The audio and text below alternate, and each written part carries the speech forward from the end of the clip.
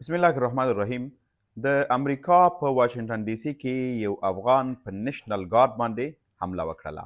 دا تصویرونه د هغو ثانو دي چې کله دغه افغان په نېشنل ګارد باندې حمله وکړه. له هغې وروسته هلته ځایي پولیس، اف بی آی، استخبارات دوی په ګډه سره د افغان ونیوه او ژوندی نیولی دی.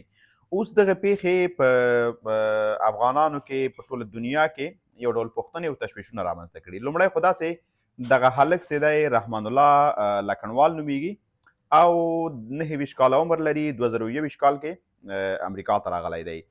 دی اصل کې په واشنګټن ډي سي کې نه اوسیږي، دا په واشنګټن سټیټ کې اوسیږي چې تقریبا د دواړو ترمنځ 2.5 میله فاصله ده. لومړی خو داسې لومړی تشویش دا ده چې دغه هلک په واشنګټن ډي سي کې وسله له کومه کړله، ځکه د امریکا 52 ایالتونو کې د هر ایالت قوانین چې دي بیل بیل دي او هر ایالت کې ته چې وسله ګرځوي نو جواز به ورته اخلي.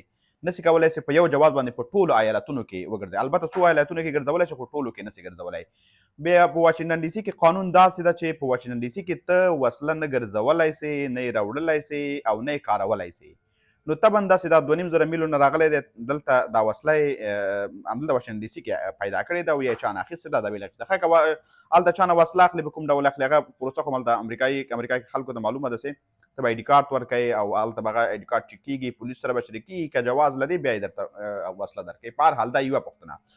بله پوښتنه دا ده چې ولې دغه عموما چې په یو ځای کې په نېشنل که د ده هدف د نېشنل ګارد ویشتل و، د امریکا 52 ایالتونه دي، دغه هر ایالت یې نېشنل ګارد لري، هر یو ایالت ټول لري ټوله کې.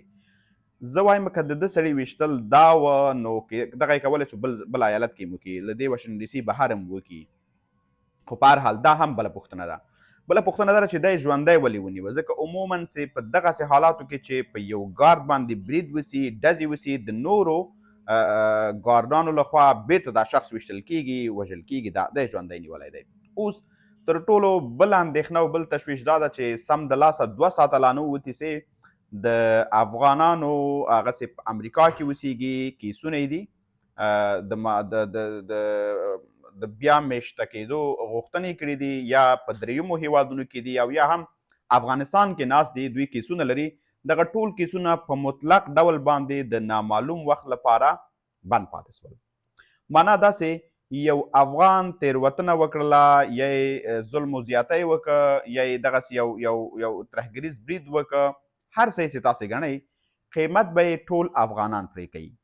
ما څو ورځې مخکې په اروپا کې یوه ویډیو کړې وه، دلته د اتریش د داخلي وزیر ویلي ول چون اتریش نه یې 2 افغانان ډیپورټ کړل چې یو په جنسي ځورونو باندې تورن و او بل چې و دی چې و په مخدره موادو کې لاس درلوده، خرڅلاو کې.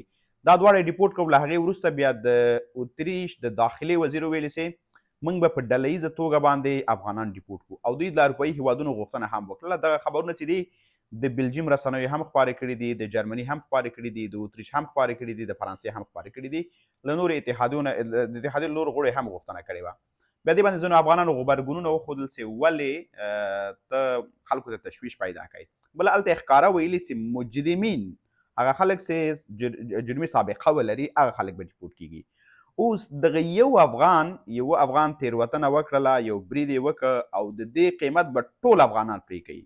هغه چې په امریکا کې پراته دي کیسونه یې دي، هغه چې په دریمو هیوادونو مثلا پاکستان، ازبکستان، تاجکستان یا نورو هیوادونو کې پراته دي او په دې تمه دي چې دوی امریکا ته ولاړ شي. هغوی او داسې 2-3 کاله دغه 2023 کې ځینې خلک د 2023 کې ورغلي، اوسه پورې کیسونه نه دي پاس شوي. د هغوی دغه ټولو ته د لانجه جوړه کړله، دغه یو افغان. ښه د دې تر شا نور استخباراتي لاسونه دي نه دي، هغه بېله کیسه ده، هغه بېل بحثونه دي. خو دا به نن یا سبا معلومه شي چې ولې رحمان الله لکنوال په نېشنل ګارد باندې برید وکړه، د چا په خوښه یې کړی دی، چا سره یې په سلا مشورو کړی دی او په دغه کې نور څوک لاس لري. نو خبره مې دا کوله چې ځینې وخت د یوه کس له امله ټول افغانان زیان ویني. نو ښه ده چې د یو کس مخه ونیسو، په دې باندې نیسو چې خلکو ته تشویشونه اچوي. نه، خلکو ته تشویشونه مه اچوئ، خلکو ته لارښوونې وکړئ چې دغه ډول کارونو پایله بیا دغه شی او هغه خلک چې دا کار کوي مخنیوی په دې خاطر مه کوئ چې پرېږده. هغه خلک چې کار کوي، زحمت کوي، هغه خلک چې په جنایي جرمونو کې یا جرمونو کې ښکیل نه دي، هغه خو خپل کار به کوي. هغه چې ښکیل دي، هغو د لارښوونو لپاره باید تاسې کار وکړئ، که نه بیا به دغه چې یو افغان یوه تېروتنه کوي، قیمت به یې ټول پرې کوي.